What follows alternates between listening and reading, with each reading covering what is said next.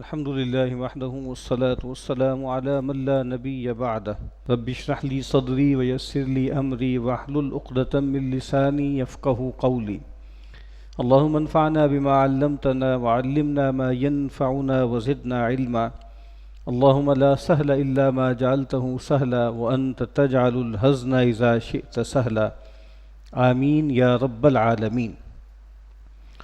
کتاب ریاض الصالحین میں آج ہمیں جس باب کا مطالعہ کرنا ہے اس کا عنوان ہے باب الصدقۃ عن المیت والدعاء لہ۔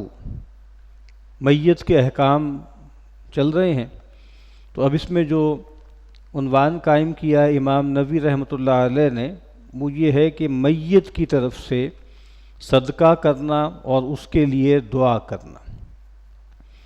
شروع میں قرآن مجید کی ایک آیت کا ٹکڑا لے کر آئے ہیں، سورہ حشر کی آیت نمبر 10 ہے۔ اعوذ باللہ من الشیطان الرجیم، بسم اللہ الرحمن الرحیم۔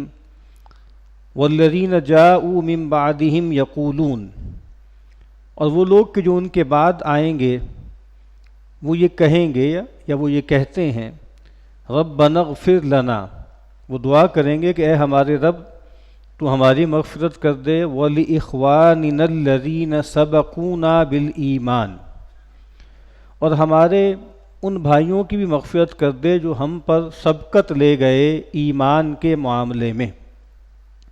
یہ سورہ حشر ہے، اس سے پہلے مال فے کا تذکرہ ہے، اور وہیں پر وہ مشہور آیت بھی آئی ہے کہ کئی لا یکون دولتم بین الاغنیاء منکم، یعنی کہیں ایسا نہ ہو کہ یہ مال و دولت تمہارے درمیان ہی جیسے گردش کرتا رہے، تم میں سے جو مالدار لوگ ہیں انہی میں گردش کرتا رہے۔ وما آتاکم الرسول فخذوہ وما نہاکم عنہ فانتہوا، جو رسول تمہیں دے دیں وہ لے لو اور جس سے منع کر دیں اس سے رک جاؤ۔ اور اسی سیاق و سباق میں بتایا گیا کہ یہ جو مال فے ہے اصل میں اس کے مستحق کون ہے، کن لوگوں کو یہ مال ملنا چاہیے۔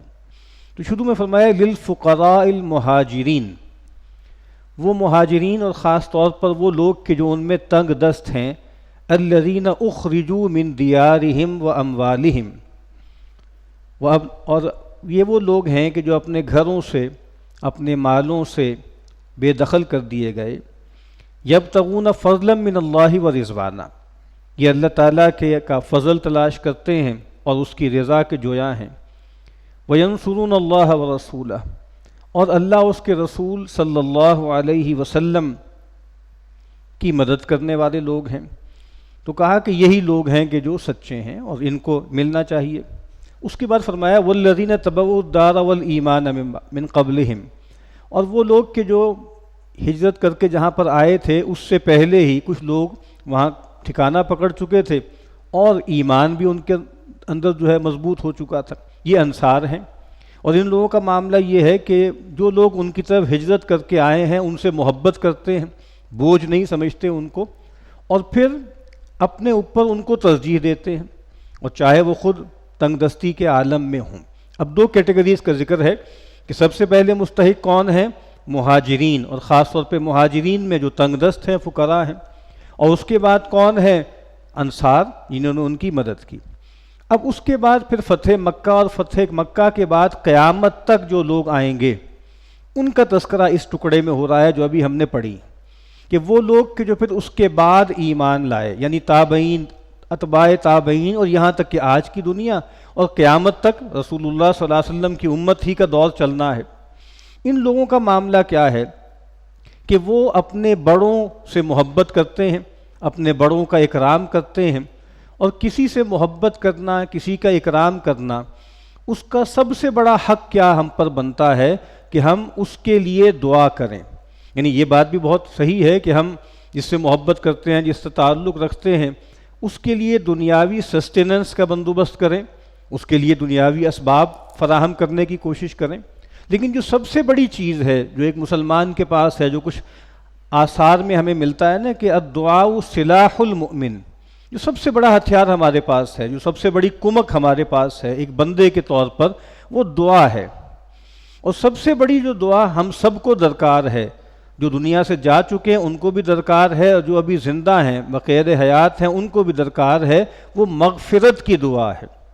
اسی لیے آپ کو معلوم ہے کہ تمام انبیاء اور خاص طور پہ نبی اکرم صلی اللہ علیہ وسلم کی دعاؤں کا سب سے بڑا حصہ جس دعا پر مشتمل ہے وہ استغفار ہے، وہ اللہ تعالیٰ سے مغفرت طلب کرنا۔ حالانکہ پیغمبر مقام عصمت پر فائز ہیں، ان کے ہاں گناہ کا وہ تصور ہی نہیں ہے جو عام انسانوں میں ہوتا ہے۔ تو یہاں پر وہ دعا کیا کر رہے ہیں کہ جو لوگ ان کے بعد آئیں وہ یہ کہیں کہ اے رب ہمارے تو ہماری مغفرت کر دے، اور ہمارے ان بھائیوں کی بھی مغفرت کر دے جو ہم پر سبقت لے گئے ایمان میں۔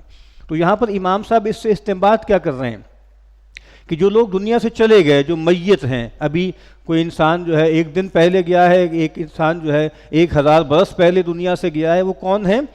جو لوگ سبقت لے گئے ایمان میں اور دنیا سے چلے گئے۔ جیسے پہلے بھی عرض کیا گیا تھا کہ جو لوگ بھی ہم سے پہلے یہاں سے چلے گئے وہ سارے کے سارے لغت کے اعتبار سے ہمارے سلف ہیں اور ہم ان کے خلف ہیں۔ اور نبی کریم صلی اللہ علیہ وسلم نے جو دعا ہمیں سکھائی ہے قبرستان جانے کی، اس میں یہ الفاظ بھی ہیں نا، انتم سلفنا ونحن بالاسر، تم لوگ ہمارے سلف ہو، ہم سے پہلے چلے گئے اللہ کی جناب میں، اور ہم تمہارے پیچھے پیچھے آ رہے ہیں۔ تو اس کا مطلب کیا ہوا کہ اس امت کے صالحین اہل ایمان ان کا وتیرہ کیا رہا ہے کہ وہ اپنے پہلوں کو اچھا ذکر کرتے ہیں، ان کے لیے دعائے خیر کرتے ہیں۔ اور یہ بات کچھ روایات میں آتی ہے کہ ان من اشراط الساعہ، دنیا کے خاتمے سے پہلے جو کچھ چیزیں ظاہر ہوں گی، اور کافی ساری چیزیں ایسی ہیں کہ جو بری ہیں، منفی ہیں، علم اڑ جائے گا، فساد پھیل جائے گا، قتل و غارت عام ہو جائے گا۔ تو ان میں سے ایک یہ بھی ہے کہ ان یلعن آخر هذه الامہ اولھا، کہ قیامت کی نشانیوں میں سے ایک نشانی یہ بھی ہے کہ اس امت کے بعد والا حصہ پہلے حصے پہ لعنت کرے گا، اس پہ تبرہ کرے گا، اس سے اعلان بیزاری کرے گا۔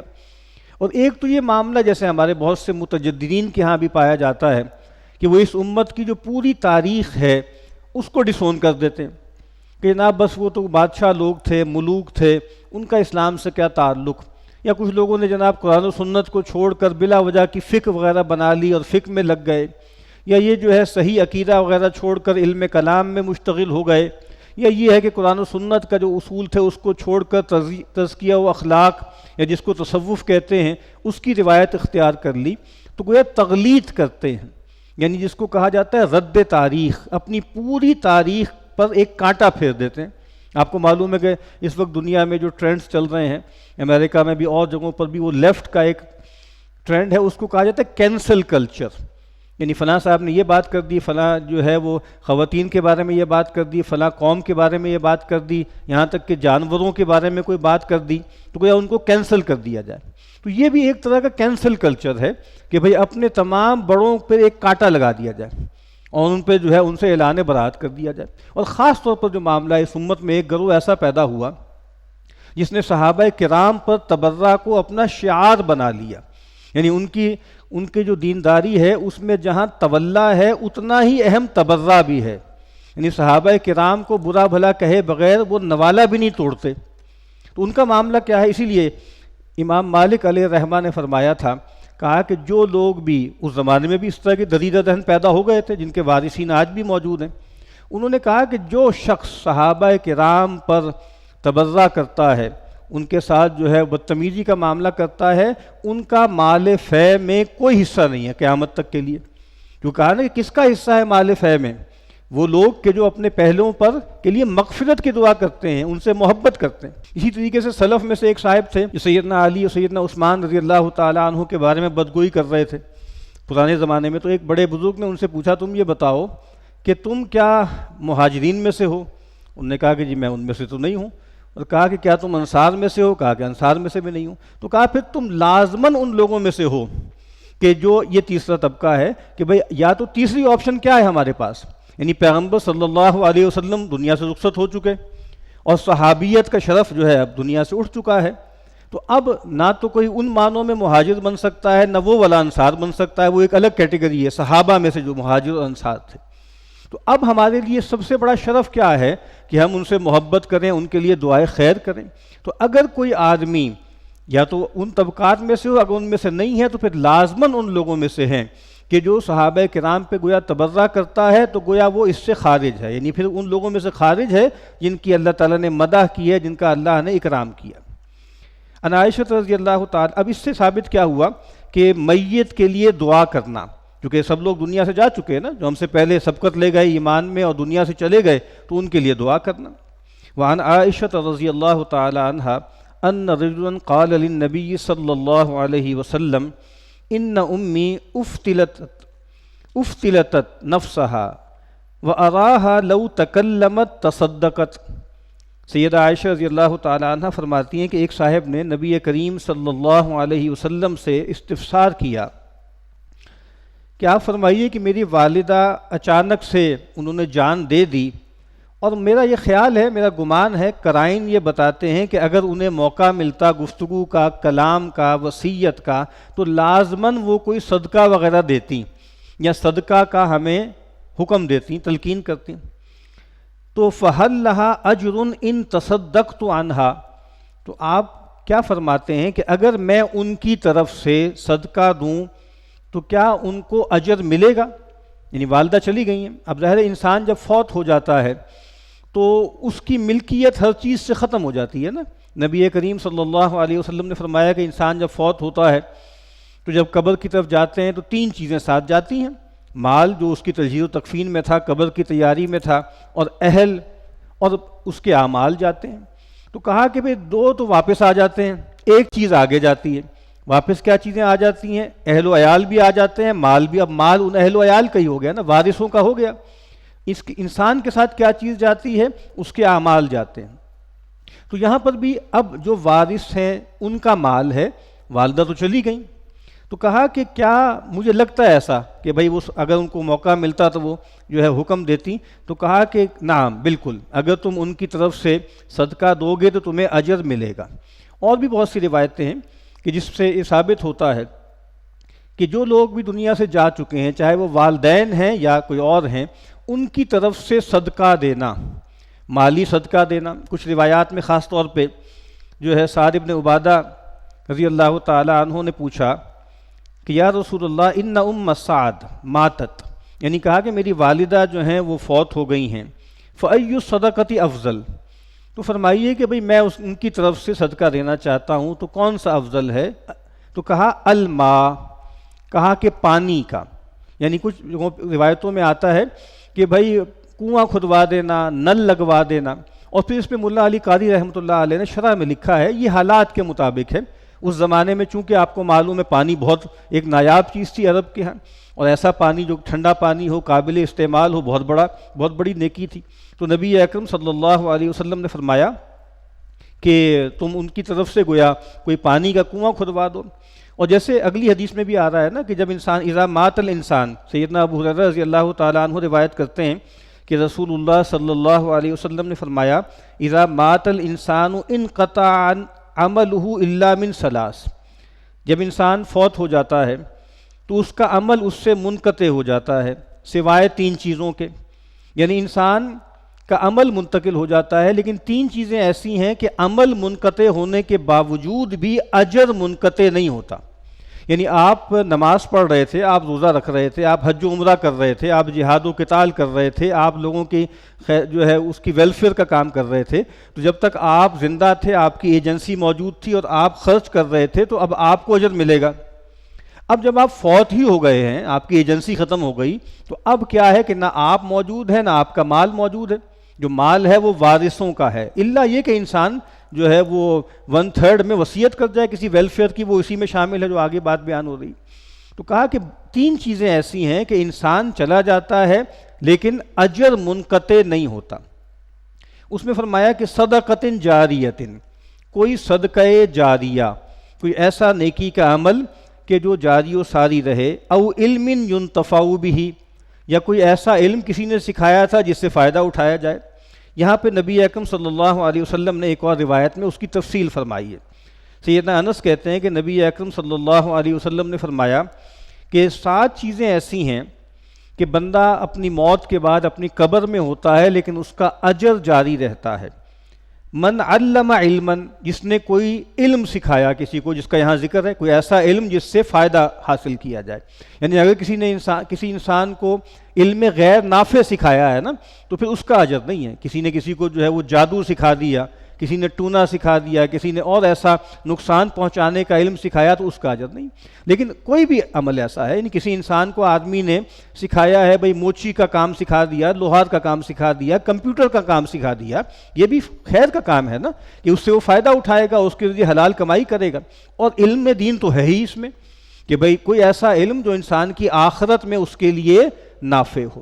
تو کہا کہ کوئی علم کسی نے سکھایا ہو، اور فرمایا کہ او کرا نہرن، یا کسی نے کوئی نہر جاری کر دی ہو، وہی کوئی پانی کا بندوبست کر دیا ہو، او حفر بئرن، یا کوئی کنواں کھدوا دیا ہو، او غرس نخلن، یا اس نے کوئی درخت لگا دیا ہو، او بنا مسجدن، یا کسی نے کوئی مسجد بنا دی ہو، او ورث مصحفن، یا اس نے اپنے پیچھے کوئی مصحف چھوڑا ہو.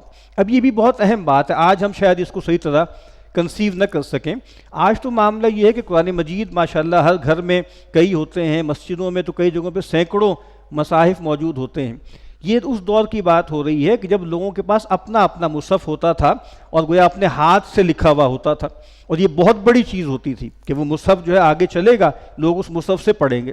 تو آج بھی آپ کو معلوم ہے لوگ حرمین جاتے ہیں نا تو وہاں سے بازاروں سے خرید کے مسجد نبوی میں، مسجد حرام میں رکھوا دیتے ہیں کہ تاکہ لوگ اس سے فائدہ اٹھائیں، اس سے پڑھیں. تو کہا کہ کوئی مصحف وہ پیچھے چھوڑ گیا ہو. اور پھر فرمایا کہ او ترک ولدن یستغفر له بعد موته، یا اس نے کوئی اولاد چھوڑی ہے جو اس کی وفات کے بعد اس کے لیے استغفار کرے. تو یہاں پر بھی 3 باتیں فرمائی ہیں. تیسری بات وہ ہے جو اس باب سے متعلق ہے. پہلی بات کیا تھی؟ صدقہ جاریہ، کوئی بھی نیکی کا عمل، خیر کا عمل جس میں مال خرچ ہوتا ہے آدمی کا اور جس کا خیر متعدی ہے، مرنے کے بعد بھی جاری رہتا ہے. اور ایک علم جس سے فائدہ اٹھایا جائے. اور تیسرا کیا ہے؟ ولد صالح یدعو لہ، کوئی نیک اولاد جو اس کے لیے دعا کرے. کوئی بھی نیک اولاد ہے جو دعا کرے گی تو اس سے میت کو فائدہ ہوگا. تو باب کا عنوان کیا ہے؟ باب الصدقۃ عن المیت. وہ ایک روایت میں بیان ہو گیا کہ اگر ان کی طرف سے صدقہ کیا جائے گا تو اجر ملے گا. اور دوسرا کیا ہے؟ ان کے لیے دعا کرنا، ان کے لیے استغفار کرنا. اور یہ صرف اولاد کے ساتھ خاص نہیں ہے، کوئی بھی متعلقین میں سے دعا کرتا ہے، استغفار کرتا ہے تو اللہ تعالیٰ اس کے ذریعے اس کے درجے کو بلند کرتے ہیں. ایسی روایات موجود ہیں کہ مثال کے طور پہ کوئی لوگ دنیا سے چلے گئے اور برزخ کی دنیا ہے یا تو وہ ان کو لگ رہا ہے کہ ان کا درجہ بلند کر دیا گیا جنت میں. یعنی جو مقام ان کو پہلے دکھایا گیا تھا نا کہ یہ تمہارا ایبورڈ ہوگا، جنت کی طرف کھڑکی کھل جاتی ہے، اب پتہ لگا کہ اپ گریڈ ہو گیا. تو اب جیسے وہ حیرت سے پوچھے گا کہ بھئی میں نے کیا عمل کیا ہے، میں تو دنیا سے رخصت ہو گیا، تو اب جو اپ گریڈیشن ہوئی ہے میری کلاس کی جنت میں، اس کا سبب کیا ہے؟ تو کہا تمہاری اولاد ہے یا فلاں صاحب ہیں جو تمہارے لیے دعا کر رہے ہیں، استغفار کر رہے ہیں. تو یہ گویا یہ بہت بڑی بات ہے کہ انسان جو ہے، جو لوگ اس کے دنیا سے جا چکے ہیں، ان کی طرف سے نیک اعمال کرنا. اور یہ بات معلوم ہونی چاہیے کہ جہاں تک مالی صدقے کا معاملہ ہے اس میں کوئی اختلاف نہیں ہے کہ کوئی بھی مالی صدقہ جو ہے کیا جا سکتا ہے. اسی طریقے سے حج و عمرے کے بارے میں کوئی اختلاف نہیں ہے. اسی طریقے سے دعا و استغفار کے معاملے میں کوئی جو ہے اختلاف نہیں ہے. کچھ لوگوں نے بعد کے دور میں اور پہلے بھی اس بات سے اختلاف کیا ہے کہ کیا قرآن مجید پڑھ کر اس کا ثواب جو ہے ایصال کیا جا سکتا ہے کہ نہیں کیا جا سکتا. تو ائمہ اربعہ جن کو کہا جاتا ہے اہل سنت کے، ان کا سب کا اس میں اتفاق ہے کہ قرآن مجید پڑھ کر بھی ایصال ثواب کیا جا سکتا ہے. بے غبار طریقے سے یہ بات ثابت ہے. ہاں اختلاف اس میں ہوتا ہے کہ بھائی کیا اس کے لیے کوئی رسم کی جائے تو یہ مناسب نہیں ہے، اس کے لیے کوئی دن متعین کر لیا جائے یہ کوئی ضروری نہیں ہے، اس کے لیے کوئی خاص مقدار لازم کر دی جائے یہ کوئی ضروری نہیں ہے. ورنہ قرآن مجید پڑھ کر اس کے اجر کے لیے دعا کرنا. اور ظاہر ہے کہ جو انسان کوئی بھی دیکھیں مال خرچ کریں گے، ہمارے یہاں بہت سے لوگ ہیں جو اپنے والدین کے لیے جیسے بڑے بڑے ہسپتالوں میں وارڈ بنا دیتے ہیں، کوئی بہت مہنگی مشین کروڑوں روپے کی لا کے انسٹال کروا دیتے ہیں. تو اگر ان کی نیت ٹھیک ہے اور مال ان کا حلال ہے تو یقیناً انشاءاللہ ان کو تو اجر ملے گا ہی. اس کے بعد وہ ایک دعا کرتے ہیں، اللہ سے ایک توقع رکھتے ہیں کہ اس کا اجر ہمارے مرحوم والدین کو ہے، جو بھی عزیز ہیں ان کو پہنچا دیا جائے. تو چند لوگ ہیں سلف میں اور خلف میں جنہوں نے اس سے اختلاف کیا ہے کہ قرآن مجید پڑھ کر ایصال ثواب کرنا مناسب نہیں ہے، ورنہ باقی جو ائمہ اربعہ ہیں اور باقی امت جو ہے وہ اس کے بارے میں قائل ہیں۔ تو یہاں بھی فرمایا کہ میت کی طرف سے صدقہ کرنا اور اس کے لیے نیکی کرنا، اس کے لیے دعا کرنا۔ وآخر دعوانا ان الحمد للہ رب العالمین۔